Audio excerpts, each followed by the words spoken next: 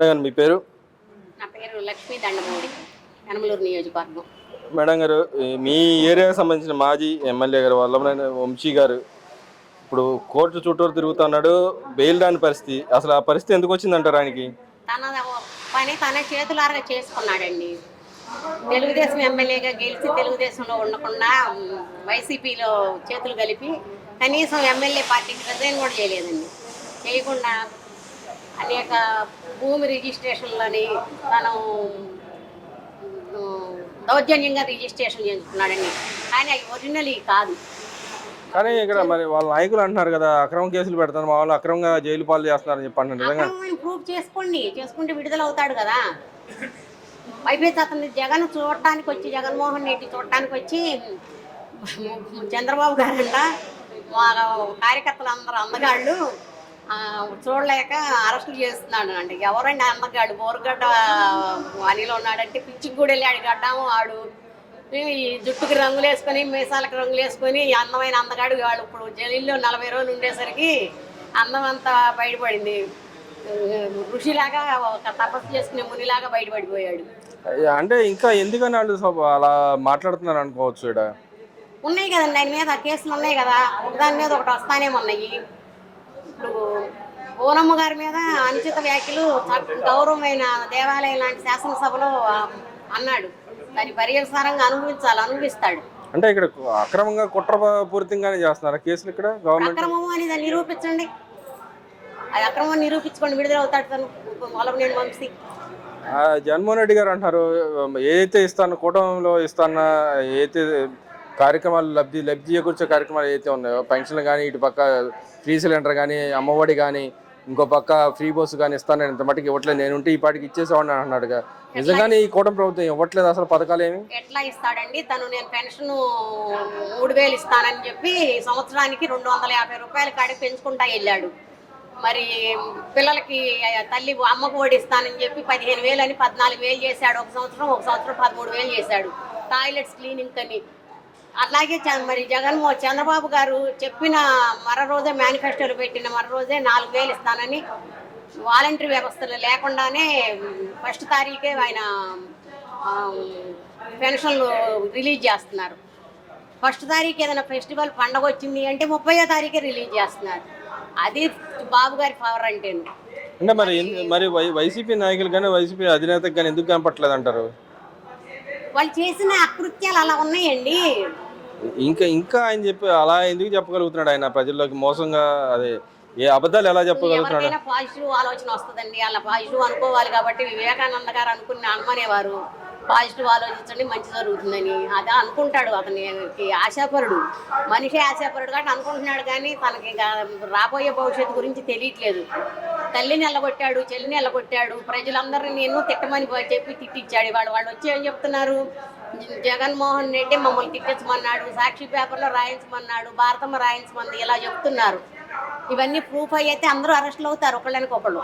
మరి కోర్టులు మాకు ఏది మాట్లాడినా కూడా కోర్టులో అరెస్టులు చేయొద్దని చెప్పింది, ఇంకా మమ్మల్ని ఎందుకు అరెస్ట్ చేస్తారని చెప్పి అడుగుతున్నారు. వాళ్ళు అరెస్టులు చేయొద్దండి, వీళ్ళు ముందే బెయిల్ తెచ్చుకుంటున్నారు కదా. బెయిల్ తెచ్చుకుంటే అరెస్టులు చేయకుండా ఉంటారు. వేరే ఎఫ్ఐఆర్ నమోదు అలాంటివి ఏం చేయకుండానే సిబిఎన్ సార్ని అరెస్ట్ చేసి 53 రోజులు జైల్లో పెట్టారు. అంతా నేషనల్ ఫ్రంట్ లీడర్ని.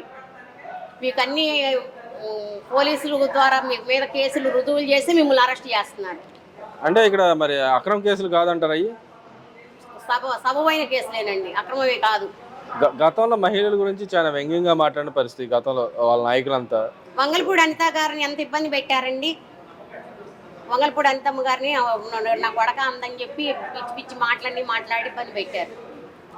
ఇప్పుడు ఈ ప్రభుత్వం వచ్చి 10 నెలలు అయింది. ఎక్కడ ఒక్క మహిళకి నేను బాధ పెట్టిన ఇది లేదు, ఎక్కడ లేదు. మరి వీళ్ళ దగ్గర కాబట్టి అలాంటివి జరిగినాయి. అంటే అటు అంబటి రాంబాబు కానీ ఇటు పేర్నే నాని గారు అంటున్నారు, మీరు ఎన్ని అక్రమ కేసులు పెట్టినా మేము భయపడే ప్రసక్తే లేదు, మేము నిలబడతాం, ఎదురొట్టి నిలబడతాం, పోరాడతాం. పేర్ని నాని భార్య జయసుధ పేరున పౌర సరఫరాల బియ్యం కుంభకోణం ఉందని చెప్పి డబ్బు కట్టాడు. తన తిననాడైతే డబ్బు ఎందుకు కడతాడండి? బాబు గారు అనుచితమైన వ్యక్తి, మహిళలకు గౌరవించే వ్యక్తి కాబట్టి ఆవిడ జయసుధను అరెస్ట్ చేయించలేదు. మహిళని గౌరవిస్తారు. అంటే మరి ఇక్కడ ఎందుకని ఆయన విర్రవీగుతున్నాడు? ఇంకా మళ్ళీ విపరీత కాలే విపరీత బుద్ధి అని దగ్గరకు వచ్చిన ఈ రోజులు. అదే విధంగా జగన్మోహన్ రెడ్డి గారు అంటున్నారు మహిళలకి ఏదైతే ఫ్రీ బస్ ఇస్తా అన్నారు, ఆ ఫ్రీ బస్ ఇస్తే ఇక్కడ అమరావతిలో ఏదో డెవలప్మెంట్ జరుగుతుందంట, ఒక పక్క పోలవరం ఇప్పుడు డెవలప్మెంట్ రమ్మనండి, అమరావతి ఎట్లా ఉందో చూడమనండి. జరుగుతుందంట, మా మహిళలు వచ్చి చూసేవాళ్ళు ఎందుకు ఇవ్వరు అని చెప్పి అడుగుతున్నాడు. మోసం చేస్తున్నారు, లే అడిగితే అక్రమ కేసులు పెడతారు, నిజంగా అక్రమ కేసులు పెడతారు మహిళల మీద కూడా. ఏమండి, ఆయన సూపర్ 6 ప్రోగ్రామ్స్ పెట్టారండి బాబు గారు. పెట్టిన దాంట్లో ఆయన ల్యాండ్ యాక్విజిషన్ ఒకటి చేశారండి. అవి చదువులేని రైతుల పొలాలన్నీ జగన్మోహన్ రెడ్డి పేరునో పెట్టుకున్నాడండి రైతులందరి. అది ఇప్పుడు వచ్చినమ్మటే ఆయనకి చేశారు. మెగా డిఎస్సి చేశారు, ఇంకా ఫ్రీ గ్యాస్ సిలిండర్ రిలీజ్ చేశారు. నువ్వు చేస్తానన్నయ్యేమో 5 సంవత్సరాల వరకు చేసుకుంటూ వచ్చావు. వచ్చిన అప్పుల కుప్పని పురిటి గుడ్డ కూడా వాసన పోకుండా ఉన్న ప్రభుత్వాన్ని అప్పు చెప్పి 10 నెలల్లో చేయలేదు అంటావా? ఎంతకాలం గడిచిందని అంటావు నువ్వు? చేయలేదు అంటానికి. ఉచిత బస్సు వస్తుందండి రేపు మేలో. అమ్మకి తల్లికి వందనం పేరుతోటి పిల్లలకి ఫీజు వేస్తారు. ఉచిత బస్సు కూడా తొందరలో వస్తాయి. బస్సులు లేవు మనకి, బస్సులు పెట్టారు, బస్సులు రావాలి, వేయాలండి. అంటే ఆయన అన్నాడు ఈ గవర్నమెంట్ వచ్చి 9 నెలల్లో 1,20,000 కోట్లు అప్పు చేసింది, నేను చేసింది 6 లక్షల కోట్లు, అయినా 10 లక్షల కోట్లు అని ప్రచారం చేసి అబద్ధాలు చెబుతా ఉన్నారని చెప్పి అన్నాడు కదా. నువ్వు చేసిన అప్పులకి వడ్డీలు కడుతున్నారు బాబు గారు. అప్పు చేసినా నువ్వు చేసిన అప్పులకి వడ్డీలు కడుతున్నారు.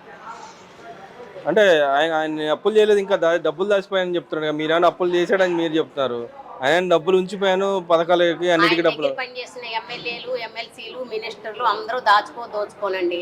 రోజా ఉంది, చాలా కుంభకోణం. తిరుపతి వెళ్ళి చాలా కుంభకోణం చేసింది. పోలవరంకి అంబటి రాంబాబుని పెట్టారు, తర్వాత అనిల్ కుమార్ యాదవ్ అని పెట్టారు, ఇద్దరిని మార్చారు. ఇద్దరు తట్టబుట్ట మట్టి వేయలేదు, ఇద్దరు మార్చారు. అంబటి రాంబాబు అయితే సజన సోజన సౌకన్య ఏయో పేర్లు చెప్పుకుంటా గంట 6 గంట అనుకునేవాడు, సరిపోయేది. అసలు ఎన్ని క్యూసెక్లకి ఎన్ని వాటర్ ఉండదో, అది కాపర్ డ్యామ్ అంటే ఏంటో తెలియని వాడిని మరి నీటిపారుదల మంత్రిగా పెట్టారు. అలాంటి మంత్రులు పెట్టి కొడాలి నాని పౌర సరఫరాలుగా పెట్టారు. ఎంత దోచుకున్నాడో తెలియదు. ఇలాంటి విధవులందరినీ పెట్టి అందరూ దాచేసుకున్నారు. ఇప్పుడు బయటికి రారే. అప్పుడు కరిశారు కుక్కలు వెళ్ళి మురిగారు. ఇప్పుడు బయటికి రారే కుక్కలు కూడాను. మరి ఇప్పుడు కొంతమంది మాజీ ఎమ్మెల్యేలు కానీ మినిస్టర్లు కానీ మరి హాస్పిటల్ ఎందుకు వెళ్తున్నారు అంటారు? వాళ్ళు ఇప్పుడు అది ఏమంటారంటే కేసును రూపుమాపుకోవడానికండి.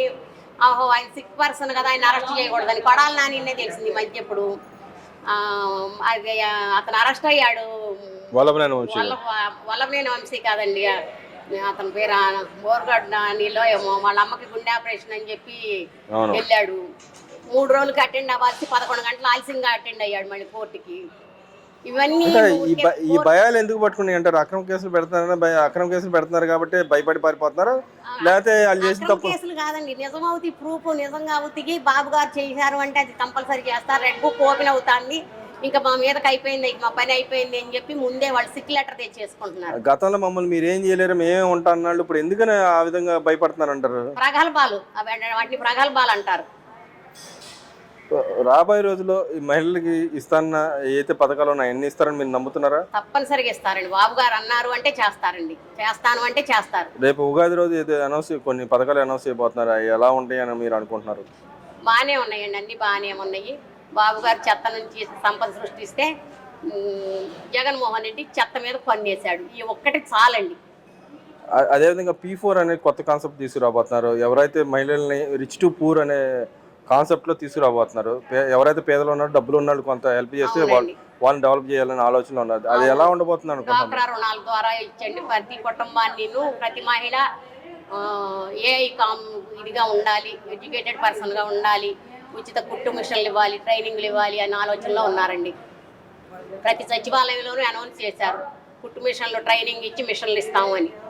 ప్రతి చోట అప్లికేషన్ పెట్టుకుంటున్నారు. 40 సంవత్సరాల లోపు మహిళలందరూ మీరు టైలరింగ్ నేర్చుకొని ఉపాధి పొందండి అని చెప్పి.